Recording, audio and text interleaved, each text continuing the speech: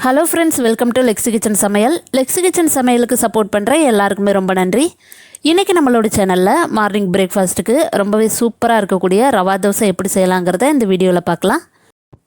ஒரு பாத்திரத்தில் 1 கப் அளவுக்கு ரவையை சேர்த்துக்கலாம். 1 கப் ரவைக்கு 4 கப் அளவுக்கு தண்ணி கரெக்டாக இருக்கும். இப்போ நாம் 3 கப் அளவு மட்டும் தண்ணி சேர்த்துக்கலாம். தண்ணி சேர்த்துட்டு ஒரு 1 மணி நேரம் போல் ரவையை நல்லா ஊற வச்சுக்கலாம்.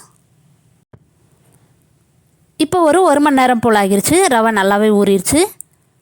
இந்த டைமில் 1/2 கப் அளவுக்கு அரிசி மாவு சேர்த்துக்கலாம்.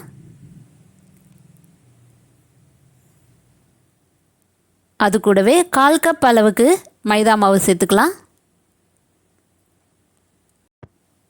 ஒரு பெரிய வெங்காயத்தை பொடியாக கட் பண்ணி சேர்த்துக்கலாம். அது கூடவே 1/4 கப் அளவுக்கு துருவன கேரட் சேர்த்துக்கலாம். 1/4 கப் அளவுக்கு பொடியாக கட் பண்ண தேங்காயை சேர்த்துக்கலாம்.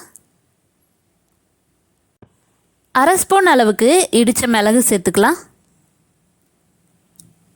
1 ஸ்பூன் அளவுக்கு ஜீரகம் சேர்த்துக்கலாம். சேர்த்துட்டு அது கூடவே 1 ஸ்பூன் அளவுக்கு பொட்டுக்கடலை சேர்த்துக்கலாம். பொடியாக நறுக்குன கொத்தமல்லி இலைகளை சேர்த்துக்கலாம்.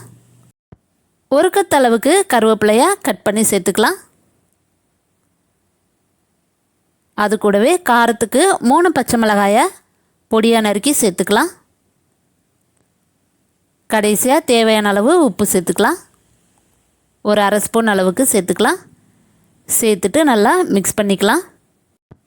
இந்த வீடியோவை நீங்கள் முழுசாக பார்த்துட்டு பிடிச்சிருந்தாலோ அல்லது லெக்ஸி கிச்சன் சேனலில் வரக்கூடிய அடுத்தடுத்த வீடியோவை நீங்கள் பார்க்கணும் அப்படின்னாலோ லெக்ஸி கிச்சன் சேனலை சப்ஸ்கிரைப் பண்ணுங்கள். நீங்கள் கொடுக்குற சப்போர்ட்டு எனக்கு ரொம்பவே மோட்டிவேஷனாக இருக்கும். இப்போ 1 கப் அளவுக்கு தண்ணி சேர்த்துக்கலாம்.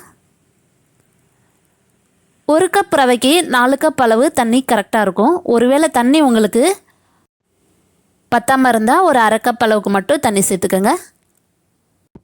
நல்லா இந்தளவுக்கு ரவா தோசைக்கு மாவு நல்லா தண்ணியாக இருக்கணும். இப்போ ஒரு தோசைக்கல்லை அடுப்பில் வச்சுட்டு நல்லா சூடானதுக்கப்புறமா அடுப்பை லோ ஃப்ளேமில் வச்சுட்டு நாம் ரெடி பண்ணி வச்சுருக்க மாவை ஊற்றிக்கலாம். இந்த ரவா தோசைக்கு நம்ம மாவை சேர்த்துட்டு தடவக்கூடாது. இந்த மாதிரி மாவில் கேப் இருக்கிற மாதிரி ஊற்றி விடணும்.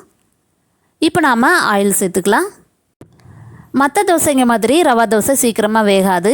வேகிறதுக்கு கொஞ்சம் டைம் ஆகும்.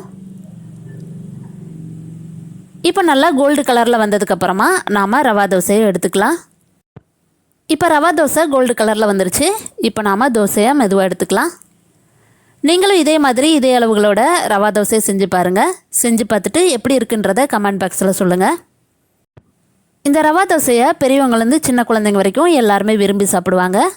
அவ்வளோதான், சூப்பரான ரவா தோசை ரெடி ஆயிடுச்சு. தேங்க்ஸ் ஃபார் வாட்சிங்.